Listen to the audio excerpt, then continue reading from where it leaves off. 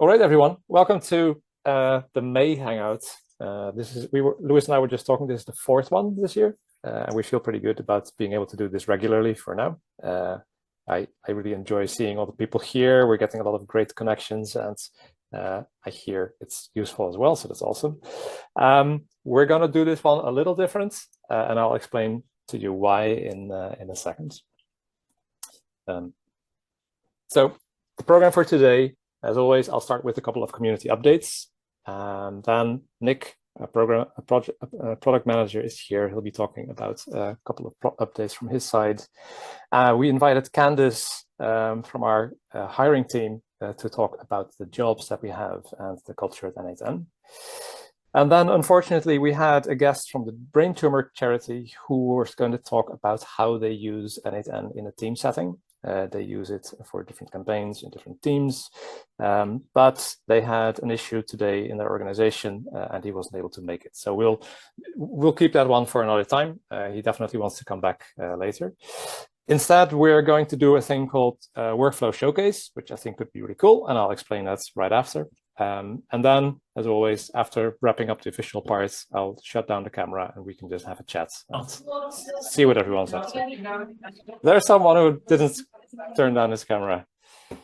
Thank you. Okay, so the Workflow Showcase, how does it work? What we ask you to do is think about a workflow you worked on recently, or let's say this year, that you're particularly proud of, or that you think is really interesting to share with others, and that you can share with us in just 3 minutes. So you can do a screen share where you just walk us through it and talk about the functionality and the features of N8N that you used. And anyone that does that will receive one of these cool little notebooks that we created earlier this year. You can't get them on our store, but you can get them today. And if you want to participate, you can go to bit.ly/N8N Workflow Showcase. You can enter your name and your email address and say a few words about what you want to share here. And then we'll put you in a lineup, and I'll call out your names at the end of the show so we can share all the workflows. Louise is going to paste this link into the chat as well, so it's easier for you to access or go back to it if you forgot. With that said, on the community update side, last month I already mentioned that we're working on an ambassador program, and I can shed a bit more light on that now for you.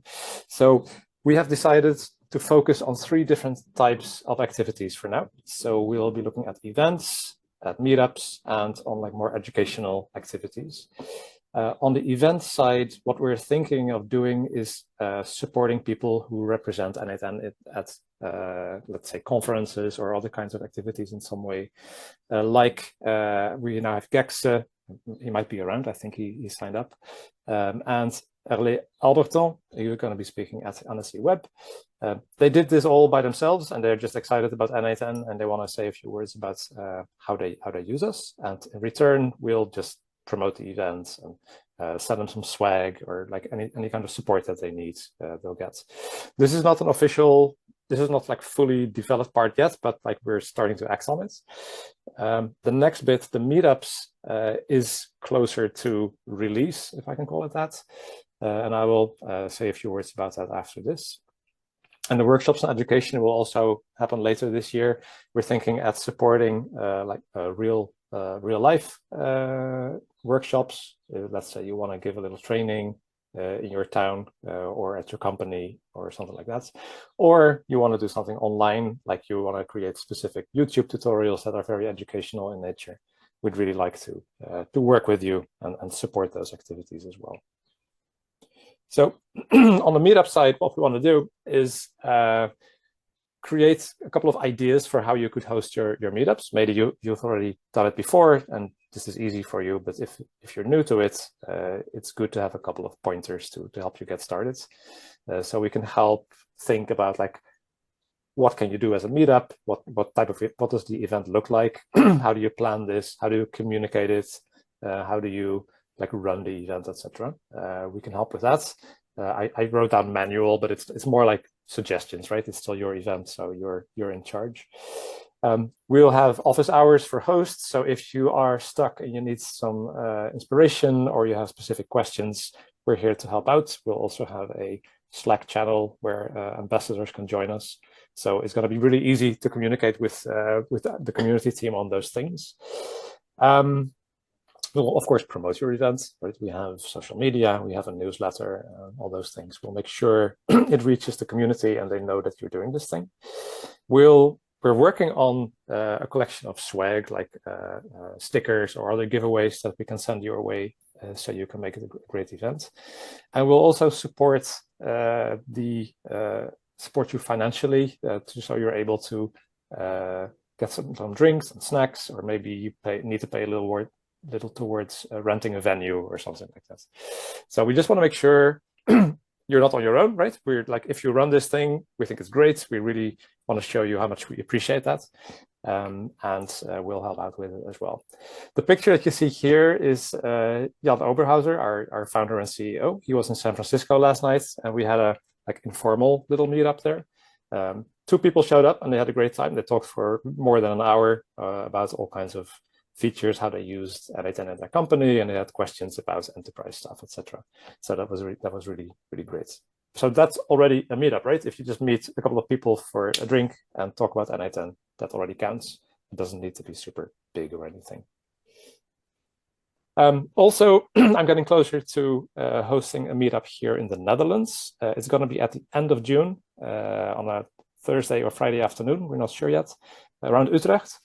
If you want to know more, or if you want to receive updates, just email community@n8n.io and I'll put you on the mailing list for the event.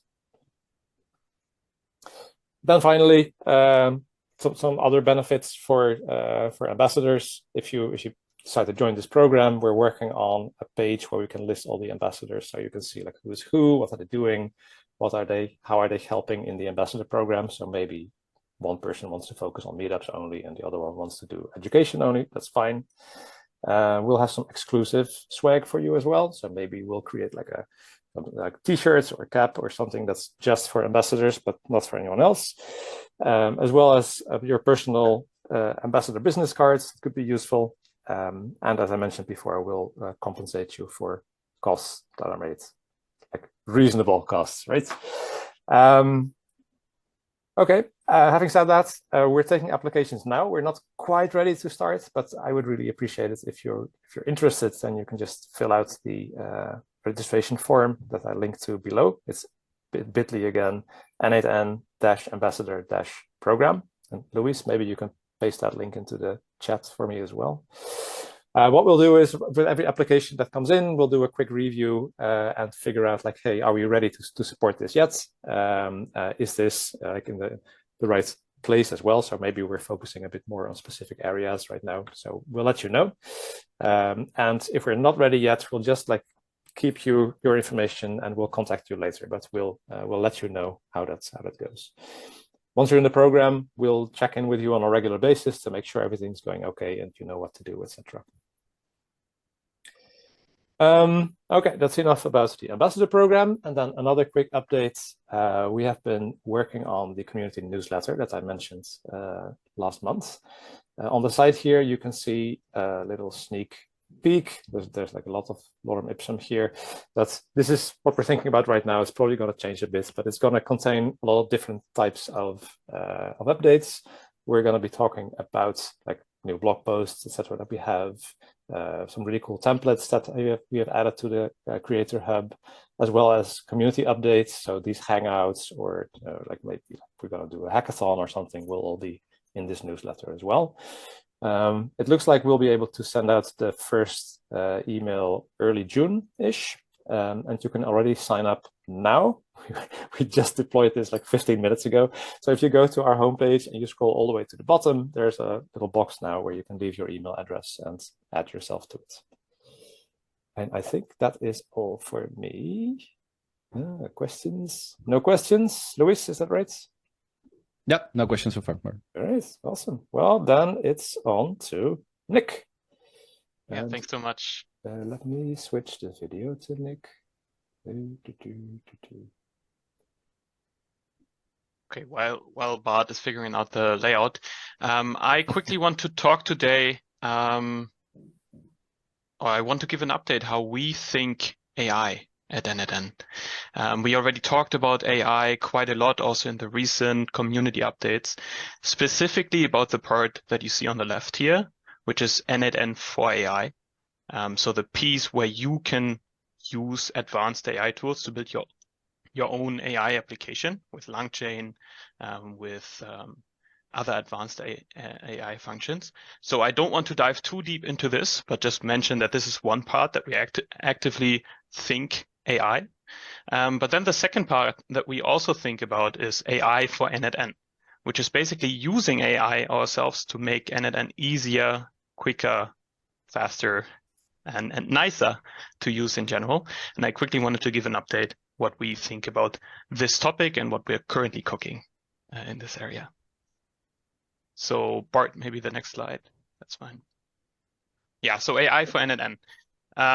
So ultimately, you might have seen some things already because we already released some things in beta to kind of find out how they perform with real user problems.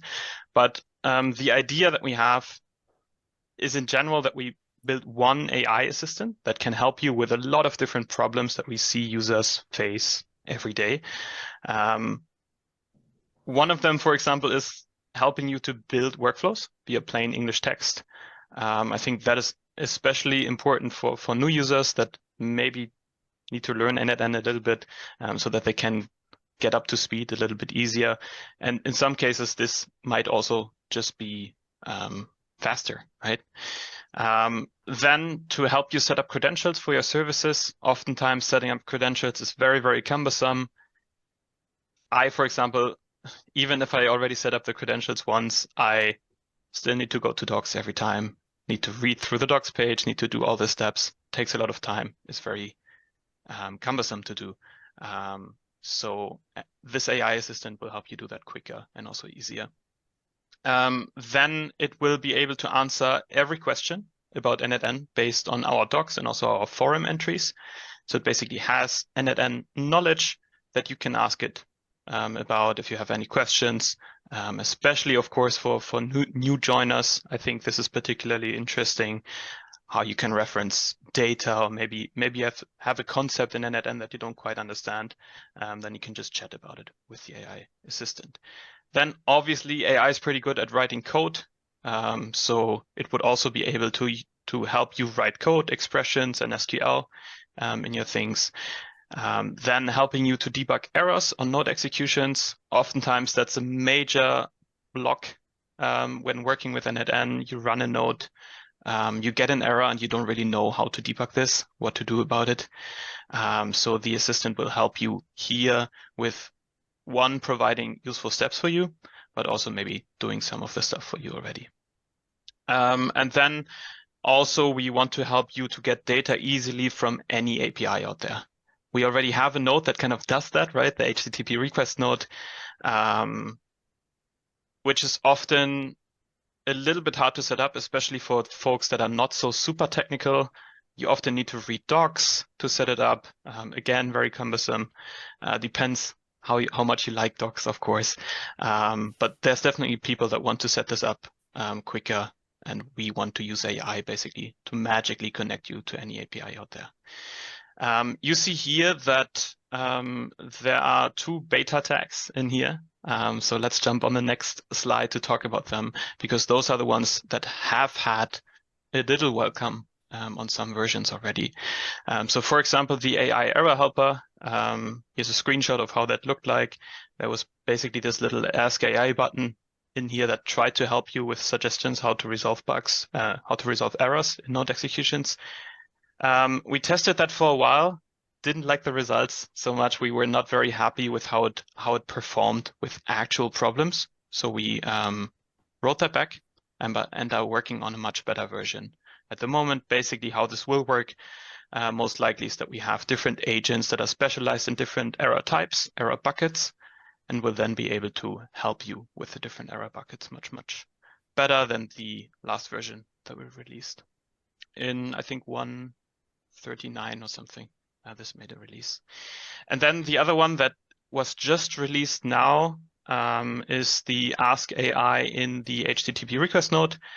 So basically in version 1.4 2040, I think, we released this Ask AI button in the HTTP request node that helps you to set up the curl command, basically. So you would just need to mention the service and describe what you want to get from it, and then it would come up with a curl for you, set up the right thing.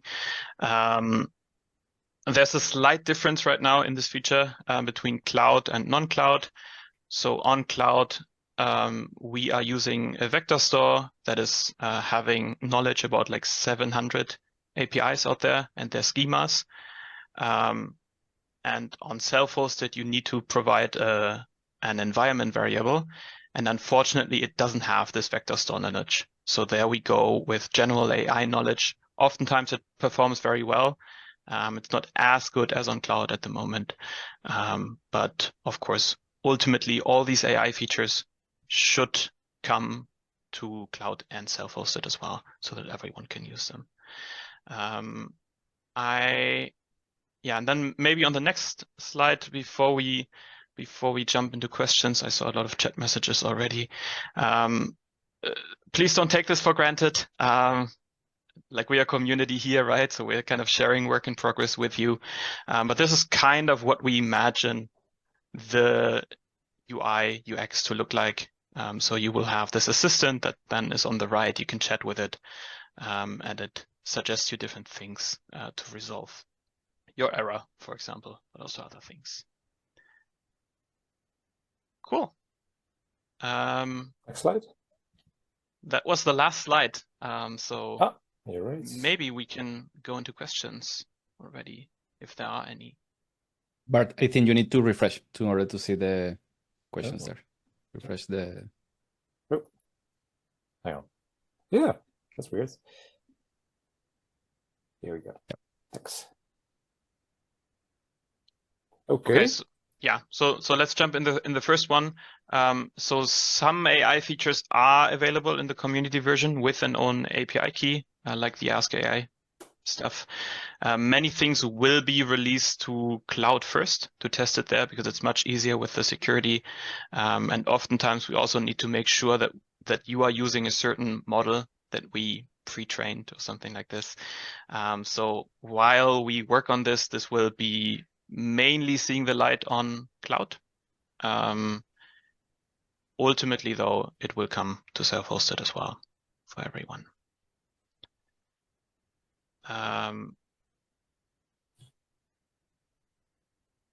The next one I don't fully get. Robert, maybe you can elaborate. What do you mean with the question?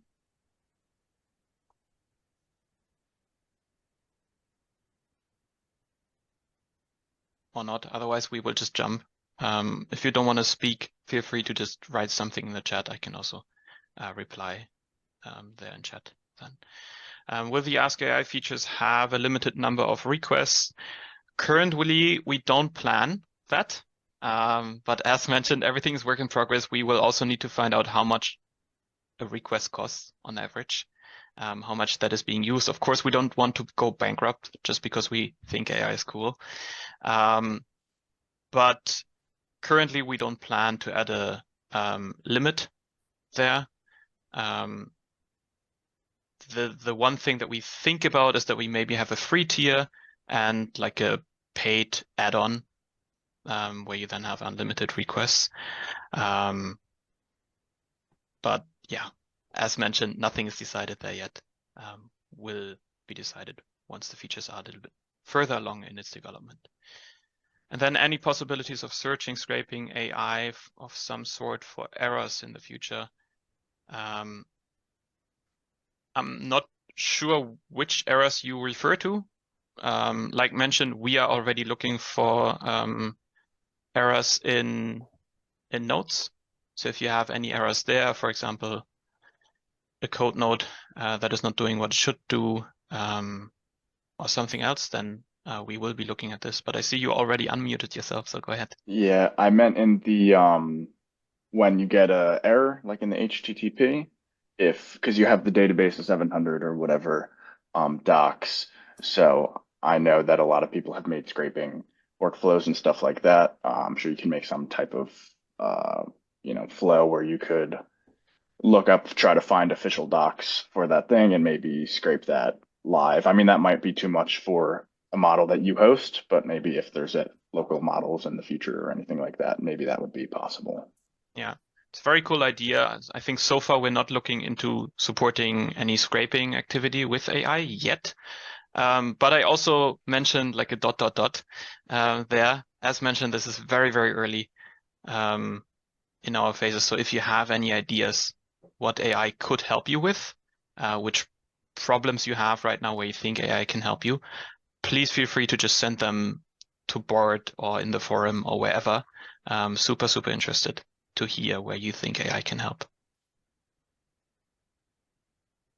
Nick, there's one more question around security. How's the data privacy handled and where's the AI hosted? There's already some thread with John replying there, but Ronald wanted to ask around this. Yeah, in the beginning, we are most likely using the OpenAI model so that we will be sending data to the OpenAI LLM in the beginning. We might expand that later to maybe consider a self-hosted model to, for example, have a little bit more data privacy there. But in the beginning, we just want to see if we can make features that are valuable and helpful. And we think currently OpenAI offers some of the best models to make results quickly. So we will use those models in the beginning. Yeah, and a potential future request around this will be that if users can disable completely the Ask AI assistance in their instance. Correct. That will be something that we will do, maybe via an environment variable, for example, that you can just turn that off for privacy reasons. Cool. I think that's all of the questions that we have. That's Cool. Thanks so much. Well, thanks, Nick. Then we will move on to Candice, who is going to update us on working at N8N. And hang on, Candice, I'm going to go up here. I'll leave you the slides, Art. I'll do the slides, yeah. Awesome. Hi, everyone. I'm Candice. I'm in charge of hiring at N8N for go-to-market roles. And here's my colleague, Matti, who's in charge of hiring for tech roles. I also put our emails. If you have any questions after the meeting, you can screenshot and feel free to contact us. I wanted to give you a quick note about the culture at N8N and also potential open roles on the next slide. Just in case someone is looking for a job or super motivated to join N8N. So some of the roles that I'm going to be presenting are already on our website. Some others are about to be open. So again, if you have any questions, feel free to contact us.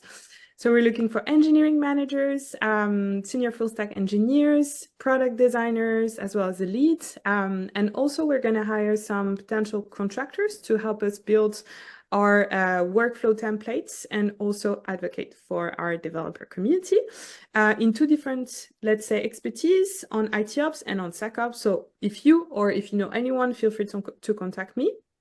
And last but not least, I'm not sure if there's anyone working in sales in that meetup, but just in case you know someone exceptional, we're also hiring for an enterprise account executive. A bit more about N8N's culture, to give you some, let's say, some will to come and join us. So first of all, I'm not sure if you guys know that, but we're only 45 people. So I think that a lot of people that are actually playing around with the tool are usually surprised that we're such a small team, but we're growing quite rapidly, 5 times per year at the moment. And I personally feel that the culture is great. You've met a few of my colleagues, but of course, all of them are like this. So a few things about us in terms of values. We have 4 main values. One is empowering others. The other one is act with integrity. Third one, work with speed and efficiency, which makes sense given what we're doing, right? And the last one is inspire and think big. About our culture, what do people like about it, basically? So one thing that we say is that we have an ambitious but kind culture. It comes from employees and not from the leadership team. So that's interesting. We're remote first and also answering for Liam. At the moment, we're not hiring in the US, but we're offering a relocation to Germany if people want to move from the US to Germany. Otherwise, we hire anywhere or almost anywhere in Europe, remotely on local permanent contracts. So again, if you have any specific use case that you want to run by me, you can send me an email. Awesome colleagues, of course, a lot of ownership, which is deeply ingrained in the culture. Awesome product that people love. Of course, you guys are here at the community hangout, so you know a lot about it. Incredible growth. And the last two ones are mainly from engineers. So if anybody is thinking about joining the engineering team, they love that there is no unnecessary meetings, and we're working with a non-strict agile process. And I feel like it's also super important for a lot of people, especially if you're coming from bigger companies. Last but not least, if you want to see the open roles, you can apply directly on our career website. Use the QR code, it's the same link. And you can also join our talent community. So if you're interested in joining an NA10 in the future, but there's no open role for you, you can definitely use that and put out your CV and tell us what you'd like to be doing with us. I'm not sure if there is any, if you have any question, you can take the mic or also have the chat open. Yeah, Liam's question is here. You already answered that, right? Yeah. Is there anything else in the chat right now? Yeah, I think it's completely fine to switch to the next step. Perfect. Again, I put out my email, so feel free to contact me. All right. Thank you, guys. Thanks, Candice. Okay, and that brings us to the last part of this Hangout, the workflow showcase. And there is only one person who responded for it, so we'll start with that. And maybe you'll be inspired by what they're doing, and you can add your own story as well. So the idea is to get ready, open your best workflow in the browser, and then we'll call your name. Well, it's going to be Mario, so you know. And then you'll have a couple of minutes to talk about it. And since we don't have a lot of people doing that right now, you can take a little bit more time if you need to. Mario, are you good to go? Yes, thank you very much. I cannot share my screen yet. Okay, is there a reason for that, or? It says, oh, now you should be able to do it, Mario. Now it works. Yep. Perfect. Yeah, so thanks for this opportunity. Today I wanted to talk about data consistency by interoperability. So nothing AI related, unfortunately, but I thought this topic is also worth mentioning. Mario, before you continue, are you already sharing your screen or not? Because I don't see it. Yes, I am. Doesn't it work? Yeah, no, it works. You have to click at the top part to switch the layout. Or stop sharing your screen. I think then it would automatically stop sharing switch. again? No, I mean Bart needs to stop sharing his screen. Stop. Yeah.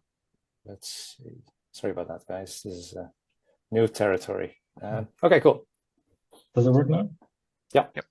Great. Yeah. So this my problem was that I guess we all know we have so many apps nowadays, and yeah, it's hard to keep track of tasks if you have multiple workspaces. You have like private tasks, business tasks, and maybe you work in different companies.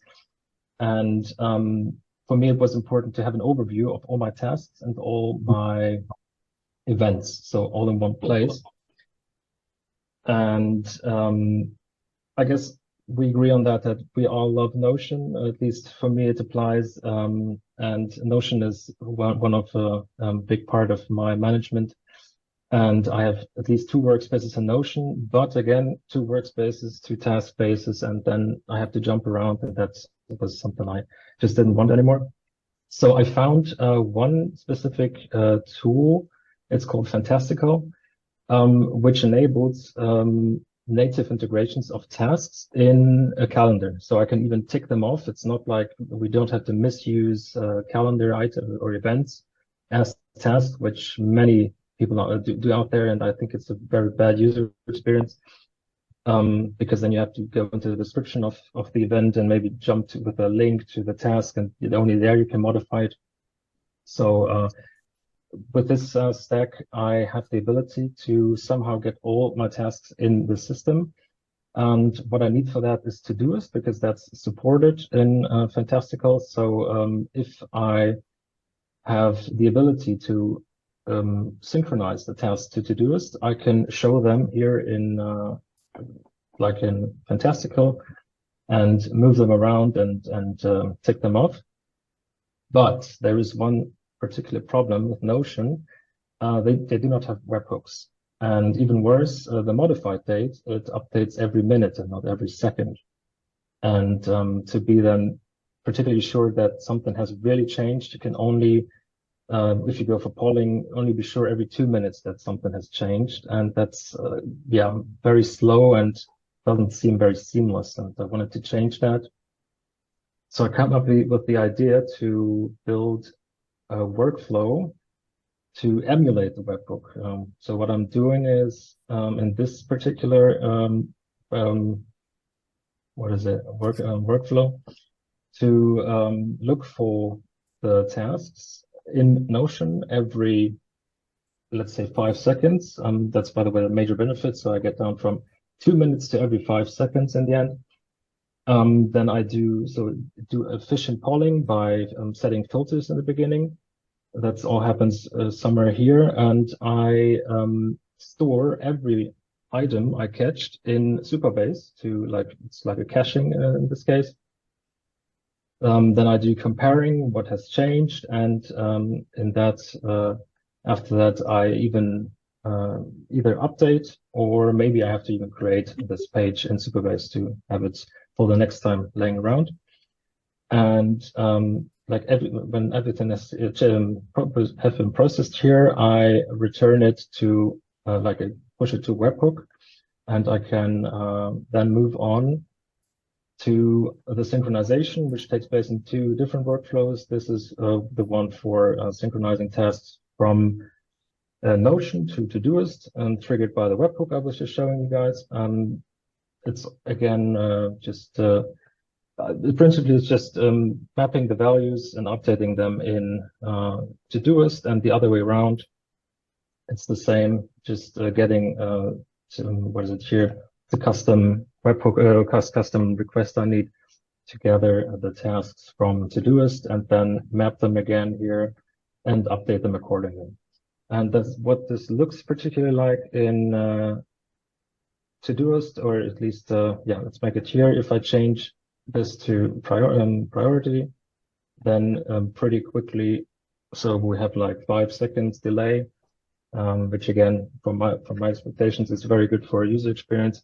It works pretty fast, and it also again updates in the calendar. You have here in this case the exclamation marks, which set the priority. And the coolest part is I can reschedule just by dragging, or I can complete a task and the information gets automatically updated in the source database. Yeah, so that was the logic behind it. There are That's any very questions? Cool. I'm a Todoist user myself, so I'm super interested in seeing these. That's cool. Yeah. Brilliant. Well, thanks, Mario. Yep. Let's see who is next. I have on my list Liam and Florian, but I think you both had some concerns around privacy, right? Do you still want to share something, guys, or not? I am cleaning mine up now. I'm just testing it. I can also share one of my own projects if you guys are interested. Florian, what about you? I tried not to show so much details. Wait a second. I like to blur my domain because it's publicly available. Mm-hmm. Wait a second. Okay. Can you see my screen? Wait a second. Not yet. Yeah, no. Yeah, there we go. Yeah. It's a notification system that reminds me of, for example, going out and driving to a meeting. So what it does is it runs every minute, I think. It gets my location from my Home Assistant. So my Home Assistant gets the location from my phone. After that, it scraps my calendars and looks if there's a location in it. So if there's a location, it calculates the latitude and longitude. So I use a public service. I think it's OpenStreetMap or a fork of OpenStreetMap. And then I calculate the distance between my location and the location from the meeting. I can't show you this route because it's also self-hosted and I don't want this publicly available.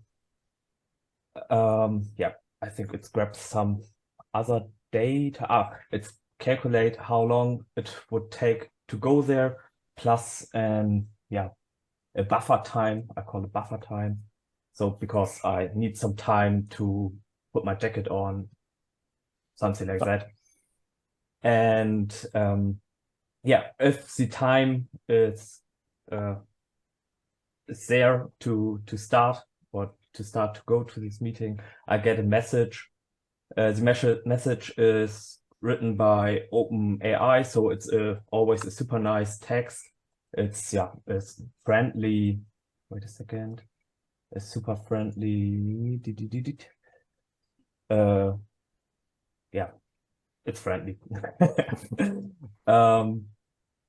So it also makes it interesting for you to read every time, I suppose, right? To see what Yeah, it came up with this time. in the beginning, it was always super fun. Now, maybe I can shorten it a little bit. Yeah, and after that, I get a message via Telegram because it's super easy to use the API from Telegram. And I played around with the OpenAI text-to-speech. And after that, I also get a message with the audio file, so I can play it, for example, with my speakers here in the house. Yeah, and that runs every minute. Because some of the parts are self-hosted, it's not that cost efficient. It's cost efficient because, yeah, what I use... It doesn't matter. Yeah, it doesn't matter, yeah. That's great. That's a very different type of workflow than what we usually see. So that's very inspiring when to see you're something like that. Interesting, I can share it in the community board as well when you're interested. Yeah, that would be really great. Yeah. I can add and documentation as well how you can build up your own routing service. It costs something like 20 gigabytes and it's super fast. But yeah, you need a service like that. Oh, that's not something OpenStreetMap can do for you as well? Maybe, I'm not 100% sure. So yeah, I'm not 100% sure. Okay. Yeah, and maybe if you're interested, I think this would do very, very nicely as a template, potentially. So maybe you want to release this as a template. Ooh, that's a great idea, yeah. Yeah, that's my workflow for today. Brilliant. Thanks, Florian. This was great. You're welcome. Liam, how are you? How far are you? I am doing great. Are you ready to share? You I are. am ready for you. Great.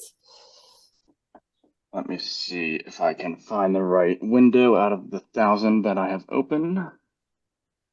Hopefully this is the right one. Yeah, there you go. Okay, great. So you guys can see this. Yes. So this is pretty different. I think that last one was a smart home one too. Unfortunately, I didn't get to pay attention very much because I was scrambling trying to make sure I wasn't sharing anything private here and made it on a different cloud account so I wasn't exposing my endpoint. But this is, so my wife and I watch a lot of movies. We watch on Plex, which is a home like playback service. Everyone who knows about any of them probably knows about Plex too. Anyone who's self-hosting. So Plex has a webhook for whenever you're starting and stopping. And the biggest problem with us watching movies is my wife really doesn't like when a dog or a pet dies in the movie. So if it is and we want to watch the movie, she at least wants to know when to close her eyes. So I made this the other day on a whim where we get the webhook from Plex and then Plex sends it as the JSON as binary. So I extract it and it just filters out some stuff because I have about 10 users on my Plex and that you get the webhook for everything every time. So it only sends it if it's playback start or movie type, and then only if it's my or her account. And then this is an HTTP request to the doesthedogdie.com/DDD search. So this is a free and crowdsourced and open source API with all kinds of like movie trigger stuff. It has like some super oddly specific stuff, like does someone's toenail fall off? It's crazy. So you can like look up any amount of triggers or anything in a movie. It's here. So all you have to do is search the title. The convenient thing is, since it's coming from Plex and that already works off the IMDb database, it's already the right title. Then it just goes in, it checks from that response if the dog dies, set it to true or false. Get the movie name with the release year to make sure we have the right thing. And if it is, what's this, just checking the Boolean? Yeah, so this just stops the workflow if it's false. And if it isn't, the funny thing is a lot of people would use text or Telegram or something. My wife and I usually don't get, the only thing we keep all our notifications on is our emails. So in here, I just have a ternary. So if it's her account, it emails her and it says, you don't want to watch this movie. If it's my account, it usually means we're watching together. So it will send it to me and say, oh, you might want to check to make sure a dog doesn't die before this. So instead of having an if statement, I just have a ternary here where it says, what is this? Title limbs. Okay, so this is just essentially if it's my username, it sends to me. And if not, it sends to my wife, just so that I don't have to have the if statement. Same thing with the subject. I have a different subject and some slightly different content. So that's pretty much it. It's pretty neat and just a little simple thing. I figured that I would share. I can show a test if you guys want to. Yeah, do it. So that website, you can feed it any movie, and it will give you like a list of specific traits. And yeah, I'll show you. Dogs Dying is just one of them. Is it DDD? I hope no bad things come up here. I've seen a lot of web services, but this one is different. Yeah, there's tons of things like this. It's pretty fun. It's great, and it's all free. So let's see. Let's look up John Wick. And you can see there's all these different, does someone leave without saying goodbye? Are there abusive parents? There's all types of things. It's crazy. So we can open up my Plex account, and if we start playing, which the Plex webhooks are very fast, so it probably already sent it. Let's see this. I just threw this in the new account, so hopefully this is actually going to send the webhook.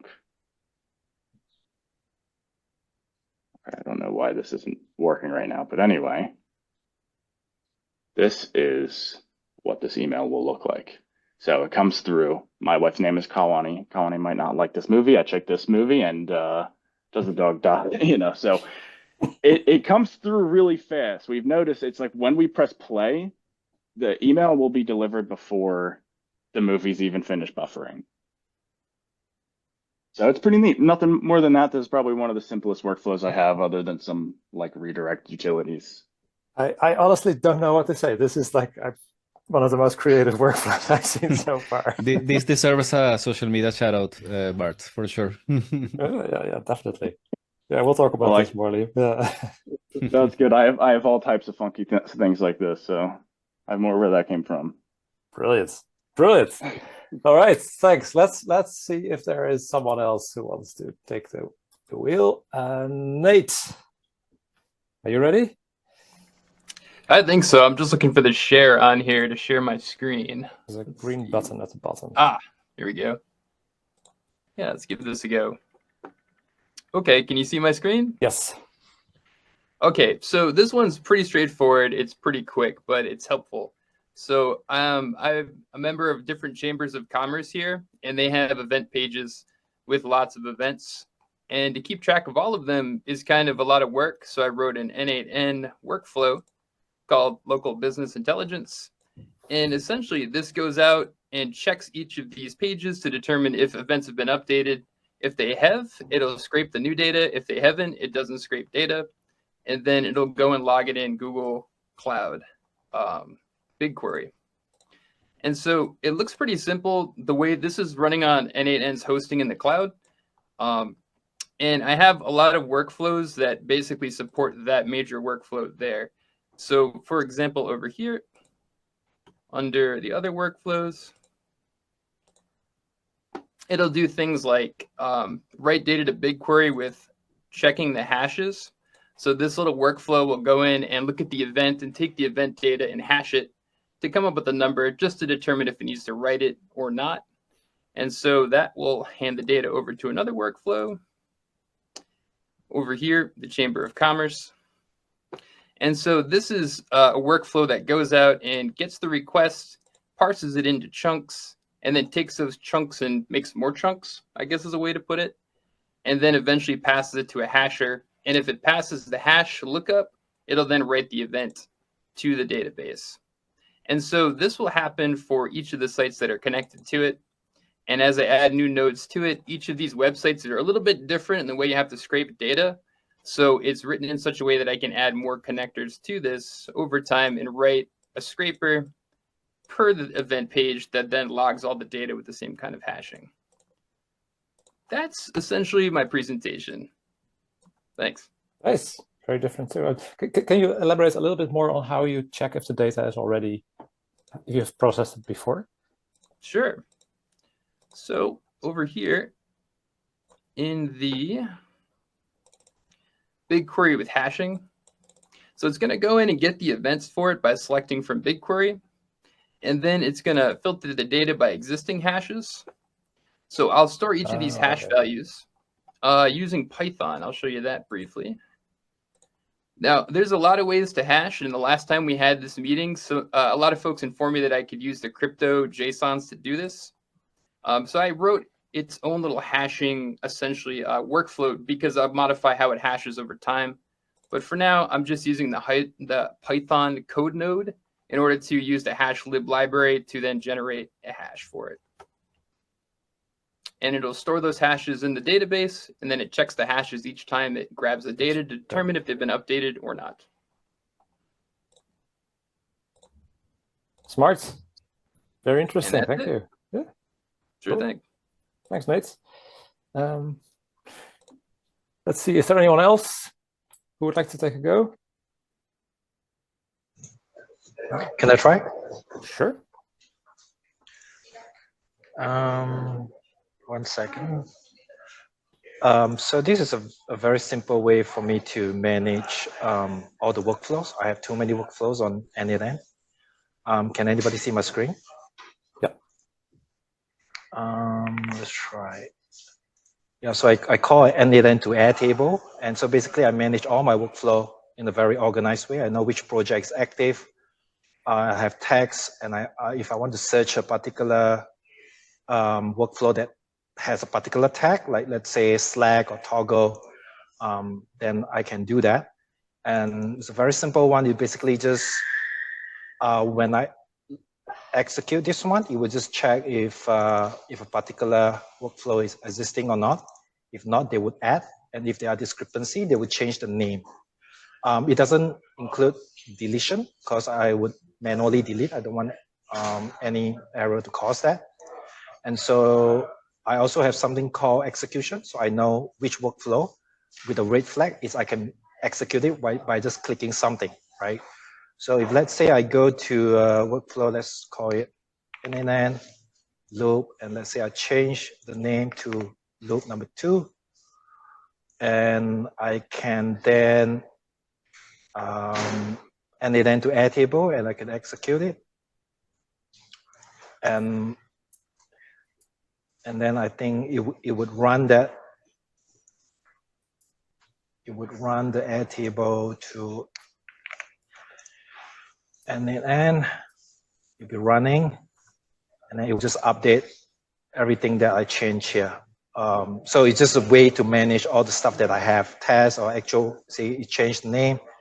And earlier I also execute it. I think what I used was I use a webhook URL, unique webhook, with a different workflow called executing, and just basically pull in the dynamic whatever workflow that I'm trying to, and you just execute it. So fairly simple, but it's very useful for me because I have a lot, and I find it more intuitive to use Airtable And yeah, simple. You built your own dashboards on top of n8n. That's pretty Yeah. cool. Yeah. So basically, I have my own UI, and I think you can do the same with Notion. And if you prefer a different way to do that, but yeah, just organization. That's really cool. Very nice. Yeah, in the chat before the Hangout started, we were talking about folder support as well, and I think you kind of solved that for yourself here, right? Yeah, kind of. Yeah, I mean, I have I'm not sure, 30, and it's only gonna increase. Yeah. And yeah, or maybe n8n would build something similar in the future where we can manage inside. Sweet. Good. All right. Thanks, Neo. By the way, make sure you submit that form that we shared earlier, so I can contact you and send you one of our notebooks, right? So I don't think your email address is on the list yet. Anyone else? No? If not, then I'm going to take a few minutes to talk about one of my own projects, if that's okay with you guys, because I do other stuff than n8n too. I am active in the Blender community, and so what you see here is one of the community sites that I run, and it's very graphics oriented. So we have 3D artists, and they create all kinds of cool stuff. But if you look at the top of the page, you will notice this row of what we call the featured work.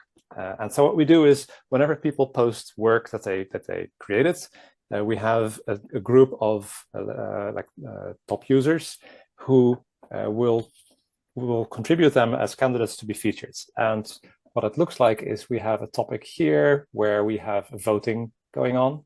So let's say earlier I posted this artwork here, and it looks like this. And there's a little poll saying, hey, I think I should feature it or not. And we have agreed that if about 70% of the people have upvoted an artwork, we can put it onto the featured row.